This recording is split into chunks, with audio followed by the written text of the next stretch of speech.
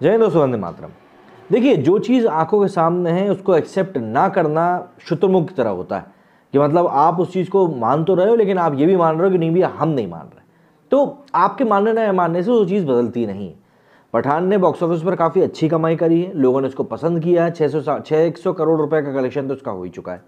तो ऐसे में कहा जा रहा है कि भैया पठान ने बॉलीवुड की सोई हुई किस्मत को जगा दिया। मतलब कि वही बॉलीवुड जो कि 2022 में एक के बाद एक फ्लॉप देने के कारण मतलब मुश्किलों में घिर गया था, उसकी मुश्किलें अब काफ़ी हद तक पठान ने बॉक्स ऑफिस पर रिकॉर्ड तोड़ कमाई करके उन मुश्किलों को जरा दूर हटा दिया कि नहीं चलो इनसे दूर हट जाओ।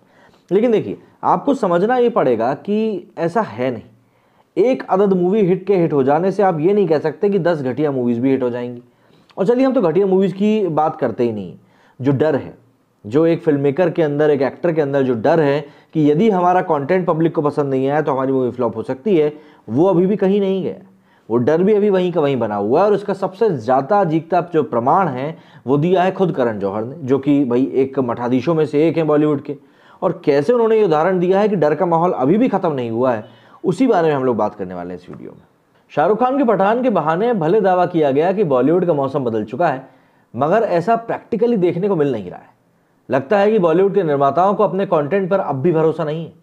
दरअसल करण जौहर के धर्मा प्रोडक्शन की रॉकी और रानी की प्रेम कहानी को बहुत पहले 28 अप्रैल की तारीख पर रिलीज किया जाना तय हो चुका था।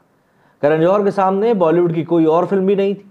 रॉकी और रानी की प्रेम कहानी में रणवीर सिंह और आलिया भट्ट की जोड़ी नजर आने वाली है और खुद करण जौहर इसका निर्देशन कर रहे हैं काफी समय के बाद। कुछ हफ्ते पहले तक सब कुछ ठीक ठाक चल रहा था, लेकिन करण जौहर की योजनाओं पर मणिरत्नम ने तब पानी फेर दिया। असल में मणिरत्नम ने 28 अप्रैल को ही बॉलीवुड के एक सबसे बड़े बैनर की फिल्म होने के बावजूद चोल साम्राज्य पर बनी अपनी पीरियड ड्रामा PS2 की रिलीज अनाउंस कर दी। PS2 एक पैन इंडिया ड्रामा है।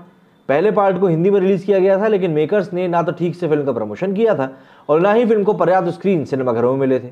बावजूद पहले पार्ट ने हिंदी बेल्ट में तब भी 25 करोड़ से ज़्यादा की कमाई करने में कामयाबी हासिल करी थी। बॉलीवुड पर दक्षिण का खौफ समय साफ दिख रहा है।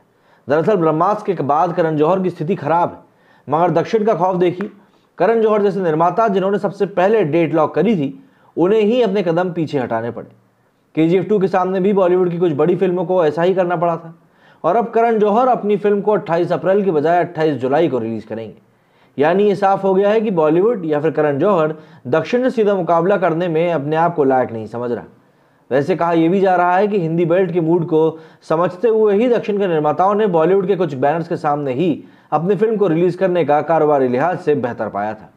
इससे उनकी फिल्म का प्रमोशन बेहतर तरीके से होता और बॉलीवुड फिल्म को सबक सिखाने के लिए इसी बहाने से दक्षिण के हिस्से में कामयाबी भी आ जाती। दरअसल करण जौहर का पीछे हटना शुभ संकेत नहीं। असल में करण जौहर ऐसे फिल्म मेकर है जो मार्केटिंग के जरिए अपना खराब से खराब प्रोडक्ट भी बेचने में उस्ताद है। ये बात भी छिपी हुई नहीं है कि धर्मा, यशराज फिल्म्स और सलमान खान का बैनर ऐसे बैनर्स में शुमार है जो कि फिल्म वितरण में इनका एकाधिकार है। किस फिल्म को रिलीज होने देना है, किसे रोकना है, किसे सिनेमाघरों में कितना स्पेस मिलेगा, सब कुछ बॉलीवुड के कुछ घराने तय करते हैं।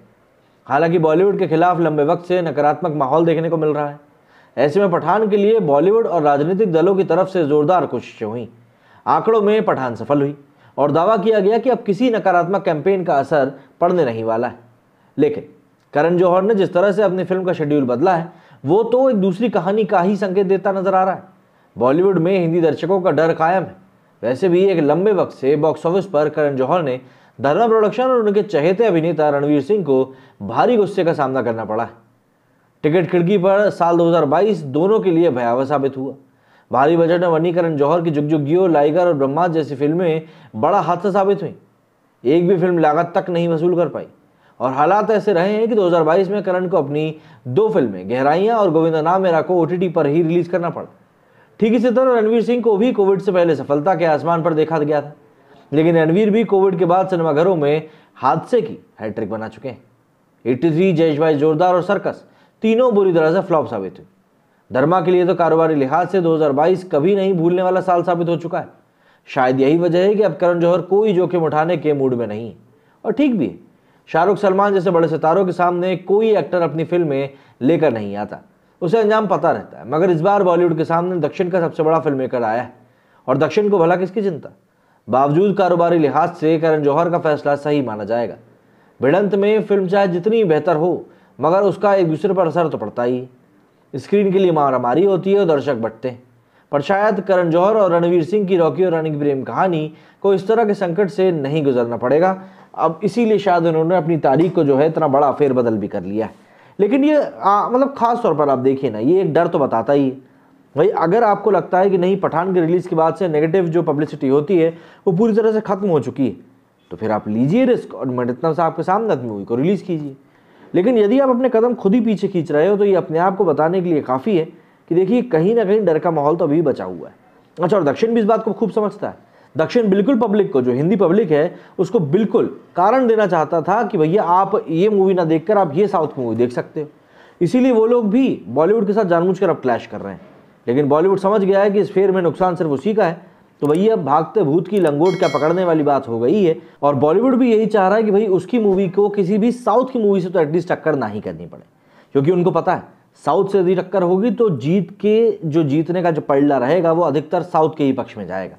तो ऐसे में वो सिर्फ यही कर सकते हैं कि अच्छा कंटेंट बनाने में फोकस कर सकते हैं और कोशिश कर सकते हैं कि साउथ से जितना दूर रहे उतना बेहतर होगा।